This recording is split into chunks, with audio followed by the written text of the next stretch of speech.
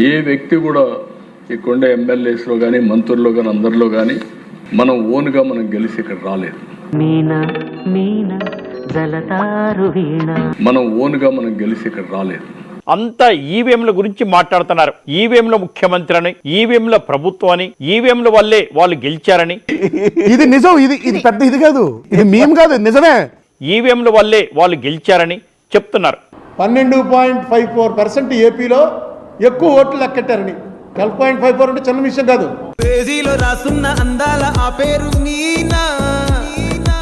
నేను పవన్ కళ్యాణ్ గారు చాలా సార్లు ఆలోచించాం. బీజేపీ అమిత్ షా గారితో మాట్లాడాం. అందరం కలిసి ఒక నిర్ణయం తీసుకున్నాం. ఎందుకు బ్యాటరీ ఛార్జీ పెరిగింది? 12 అవర్స్ వర్క్ చేసింది, తర్వాత ఒక 25 days స్టాండింగ్ మోడ్ లో ఉంది, మళ్ళీ ఇప్పుడు చేసినా కూడా 99% కనిపిస్తుంది. కానీ మేము ముగ్గురం తీసుకున్న ఆ నిర్ణయం మీరు చూస్తే అధ్యక్ష, నా ఎన్నోసార్లు ఎన్నికలు